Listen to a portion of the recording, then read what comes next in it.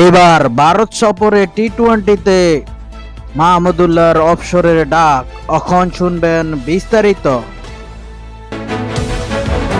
Mahmudullah test অবসরের সময় সতীর্থদের কিছু না জানিয়ে অবসর নিলেন, তা আজও মানুষের মধ্যে জল্পনায় রয়ে গেলেন। কিন্তু টি-20-তে অবসর নিতে এমন কোনো নাটকীয় আশ্রয় নেননি মাহমুদুল্লাহ।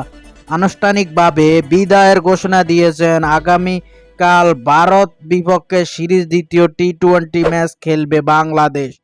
তার আগে আজ দিল্লি অরুণ জেটলি স্টেডিয়ামে সংবাদ সম্মেলনে মাহমুদুল্লাহ জানিয়েছেন তিনি ম্যাচের এই সিরিজে শেষ তিনি আন্তর্জাতিক টি-20 থেকে অবসর নেবেন। তবে আন্তর্জাতিক ক্রিকেট এখনই ছাড়ছেন না তিনি। ওয়ানডে ম্যাচ তিনি চালিয়ে যেতে চান। আগামী 12 অক্টোবর হায়দ্রাবাদ রাজীব গান্ধী স্টেডিয়ামে সিরিজের তৃতীয় ও শেষ ম্যাচ হবে মাহমুদুল্লাহর।